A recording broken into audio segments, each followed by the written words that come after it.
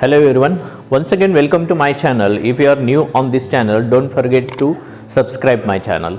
So today we are going to learn about the one of the very important word when we can use by using this word and also making the lots of sentences. Actually, what is the importance of this word? So pay attention here. So today's chapter is how to use this word in the sentence. Fail to. कभी कभी ऐसा होता है कि बहुत सारे ऐसे sentence हम लोग बना लेते हैं कि जिसमें बोलने के लिए अलग अलग शब्दों का पर्यायी इस्तेमाल भी कर सकते हैं.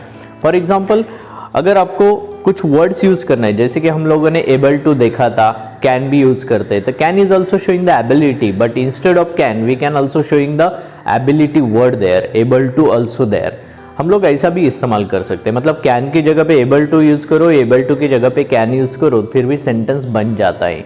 या yes, you can do it, इसका मतलब ही होता है you are able to do it. तो ये बोलने का तरीका होता है. That is the part of the communication skill.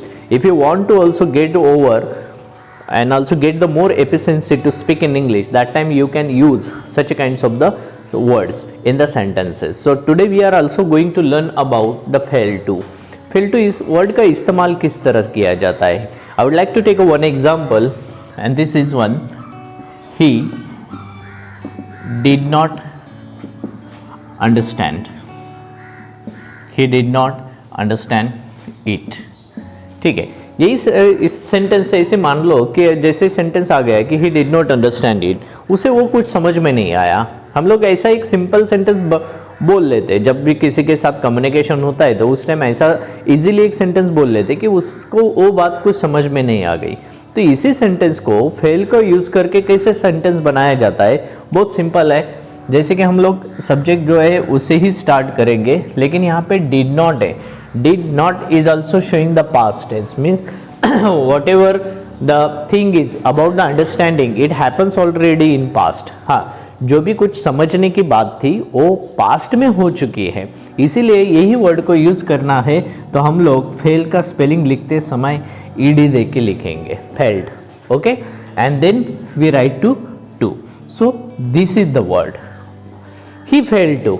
अभी हमें जो लिखना है उसके बाद में जो आता है वो मेन वर्ब आता है. वो हमेशा ध्यान में रखना है, क्योंकि understand is the main verb and remaining part is it.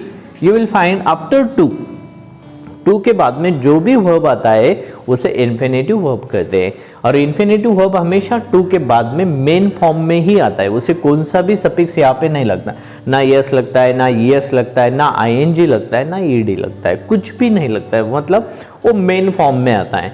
So fail to understand, but don't forget to just apply the tense, whatever the tense is in the sentence. जो भी टेंस सेंटेंस में है उसे हमें इसमें maintain करना पड़ेगा. आपने देखा होगा फेल का स्पेलिंग मैंने यहाँ पे ईडी लिखा. ईडी लिखने का रीज़न ही था यहाँ पे डिड. अभी इसका मतलब और इसके मतलब में क्या फ़र्क होता है. ये सेंटेंस का मतलब होता है उसे वो कुछ भी समझ नहीं आया, और इसका मतलब वो समझने के लिए नाकामयाब था. ठीक है, मतलब वो समझने के लिए नाकामयाब था. सो this is the part of the speaking, this is the way of speaking. मतलब एक ही बात को अलग अलग तरीके से भी बोला जाता है. तो इस तरह से भी हम लोग सेंटेंस बना सकते हैं. बहुत सिंपल सेंटेंसेस होते हैं, बहुत जितने चाहे आप सेंटेंस बना सकते हो. For example, Smita does not पे attention seriously. Okay, this one is the also sentence. For example, तो अब इसको भी कन्वर्ट कर सकते हैं. जैसे कि सब्जेक्ट है स्मिता, उसको वैसे के वैसे लिख दो, डज नॉट को निकाल दो. यहाँ पे वर्ड आएगा फेल, लेकिन फेल को यहाँ पे यस लिखना पड़ेगा.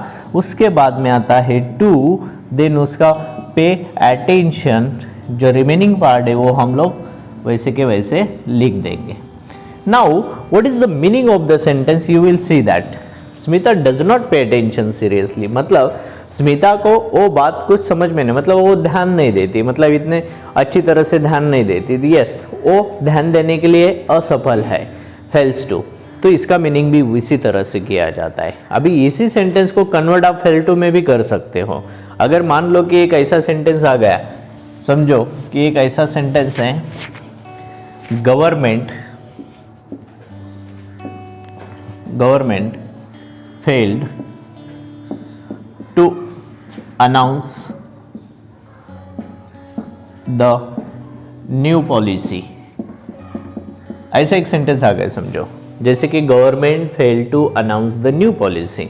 ये सेंटेंस, अभी इसी सेंटेंस में अगर हमें प्रॉपर तरीके से फेल टू को निकाल देना है और हमें ऐसा समझना है कि न्यू पॉलिसी अनाउंस करने के लिए गवर्नमेंट फेल हो चुकी है, मतलब उन्होंने वो किया नहीं है, मतलब it is not just possible to announce the new policy in that time. Okay, so इसको इसी तरह से भी लिखा जाता है। For example government fail to को निकाल दो, यहाँ पे फेल को ईडी है तो हमें यहाँ पे डिड लिखना पड़ेगा, डिड के बाद में नॉट आएगा, डिड नॉट, बाकी का भाग जो होता है अनाउंस, उसी तरह से लिखेंगे द न्यू पॉलिसी।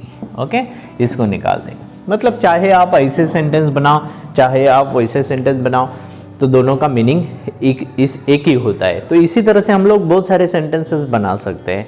फिर ऐसे कौन से वर्ड्स है जिनको यूज़ करना है, इसीलिए मैंने बताया कि कम्युनिकेशन में बात करने का तरीका अलग अलग हो सकता है। एक ही सेंटेंस को आदमी एक तरीके से, दो तरीके से या 5-5, 10-10 तरीके से भी बोल सकता है, क्योंकि ये बोलने का एक तरीका होता है। एक ही सेंटेंस को अलग तरीके से बोलना है, मतलब अलग तरीके के वर्ड्स यूज़ करने हैं।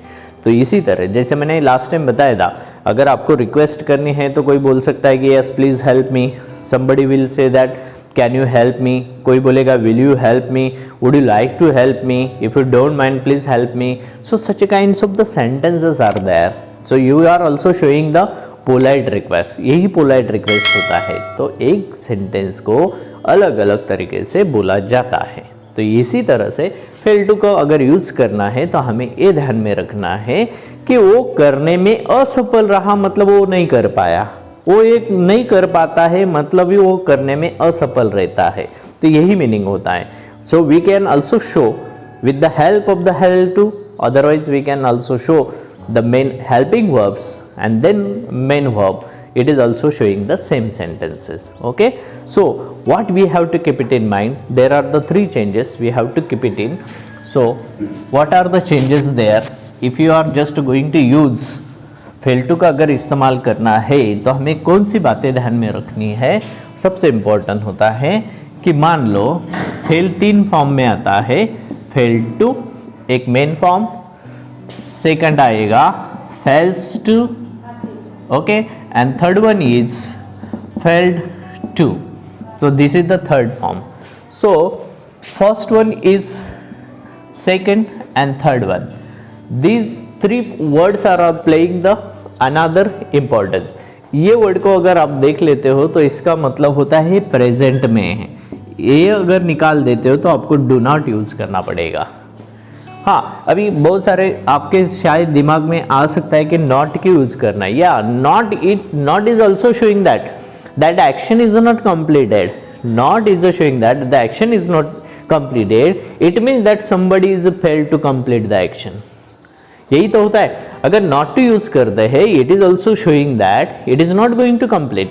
नॉट का मतलब होता है कि वो एक्शन कंप्लीट नहीं हो पाई, मतलब वो करने में असमर्थ रहा। सो इन दिस वे आप चाहे ऐसे बना लो चाहे ऐसे बना लो, तो आप सेंटेंस का मीनिंग इसी तरह से होता है। इसीलिए नॉट लिखना जरूरी है। और रही बात, नॉट हमेशा अकेला नहीं आता है, not always comes with helping verb, या उसके साथ में हमेशा हेल्पिंग वर्ब आता है। इसीलिए हमको डू लिखना पड़ेगा। अभी डू क्यों लिखना है? क्योंकि फेल मेन फॉर्म में, इसीलिए हमने डू लिख दिया। यहाँ पे आप देखोगे fail is comes with yes, okay, fails to. फिर आप लोग यहाँ पे लिख सकते हो does not, okay. Does not is also word which is also showing that there is also the present tense, it is also showing the present tense.